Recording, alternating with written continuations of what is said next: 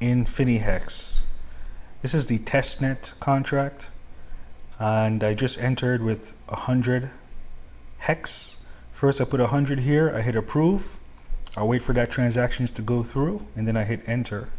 And so because I entered with 100, I'm holding 50 hex 5.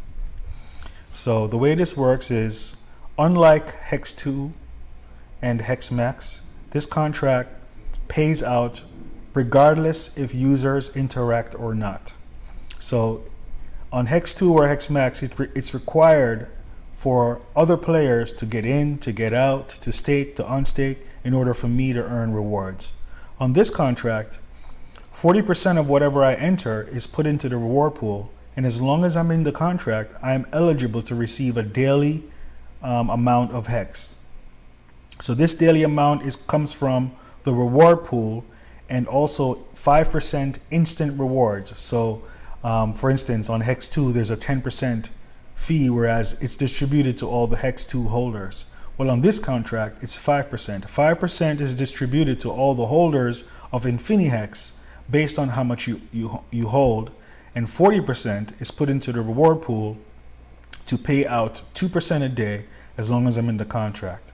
So when I eventually get back another 50 hex and I get back my 100 hex that I originally put in, and I'm still in the contract, I'll still be eligible for this daily drip, regardless if anyone does any transactions. And if anyone does do any transactions, there's a 5% of that transactions that gets distributed to all the players in the game. And that's INFINIHEX. You know, the sauce of this contract is being able to receive that daily pool share. And of course, the more players or the more shares are in the contract, is the less my rewards. So I can come down here and I can roll to increase my share or maintain my share over time. But the point is to get in the contract, and it takes, let's say, 30 to 90 days to get back what I originally put in. And then after that, I am completely in the profit. Now, so let's look at the fees. So what are the fees? 50% entry fee, 40% to the reward pool. So pretty much this 40% isn't a fee because it goes to reward pool, and as long as I'm in the contract, I'll be getting it back. 5% instant rewards distributed to all the players based on how much you hold. So, you know, this 45% is really all just for the players in the game. It's distributed to all the players. So it isn't a fee per se, right? 1% referral. Now, if there's no referral, then the 1% goes to the instant rewards. So it could be 6% instant rewards if there's no referral. 2% goes to stable ETH, which is great. This is another great thing because it can go to the players, meaning that if you have a share in stable ETH contract, you can get 2% is distributed to anyone holding in stable ETH, which everyone who is playing in Hex should have some stable ETH as savings. Think of stable ETH as an insurance policy against something bad happening to Hex, right? That's the way I think of it, right? Because like you could be all in on a Hex and it falls apart and you have nothing to show for it. Well, if you have some ETH and stable ETH, you won't feel that bad, right? So I would say, a percentage of everything you earn from Hex. If you're earning ETH from Hex, you take that, you put it into stable ETH as an insurance policy against, suicide.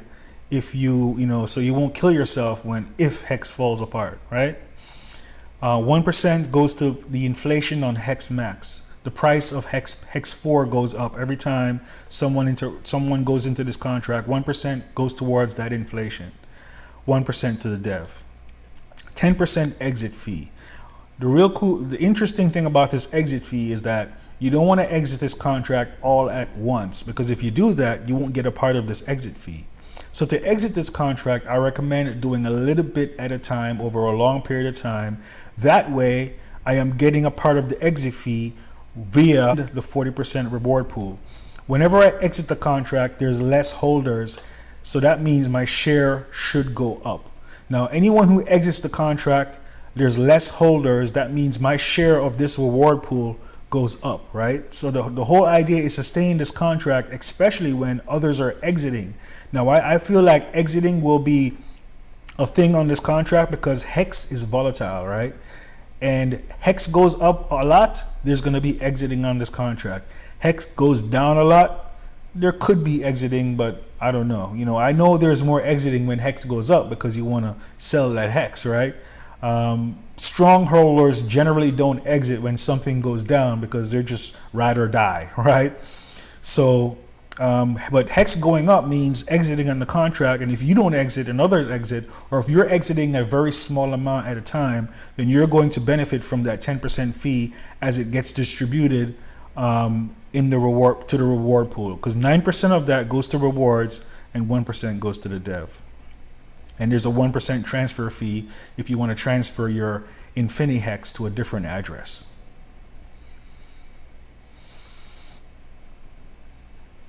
Oh yeah, so you can stake on this contract, of course, and when you end your stake, the fees apply. So if I earn 100 hex on a stake, I would only get 50, and the other 50 goes towards the reward pool.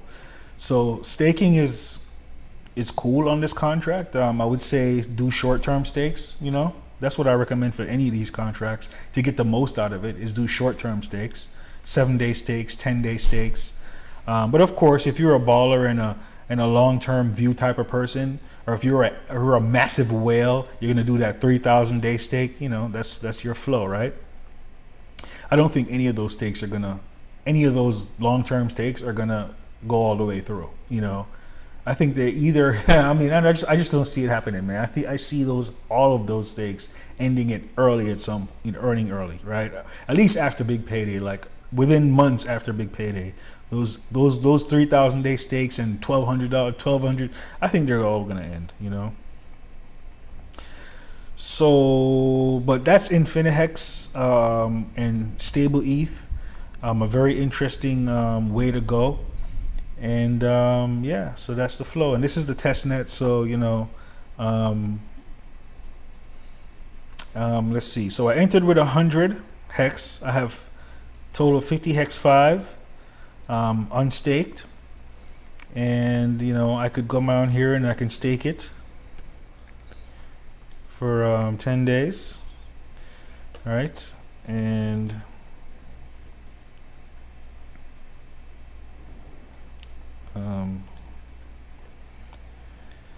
yeah, Ethereum fees are are high, but I'm used to it now. I'm just gonna accept it. Like, when I look at blockchain and everything that's going on in blockchain, the chains that have low fees don't have anyone using that chain. Like, no one's using the chain. There's nothing to earn on that chain. You're just losing. So cheap fees is like, it's like, what does it matter if I'm not going to gain anything anyway, right? It's just like water with no. It's like drinking air. At least, if you have water with sugar in it, it's a little bit more fun, right? And that's why I look at Ethereum like, yeah, the fees are high, but hey, there's stuff going on, man. There's always something going on. It's like, anyways, I don't want to preach about that. I'm only in Hex 2 right now, and I just entered into stable ETH, and I am seriously considering going into this contract with 1 million Hex. I'm gonna make a decision at the last minute. I'm just like, I'm open to that idea, but my decision is gonna be made like maybe 30 minutes before the contract actually launches, and that's nice flow. I'm in stable ETH because I'm all for this contract doing well, because as long as anyone who's in stable ETH contract is gonna benefit from INFINIHEX doing well.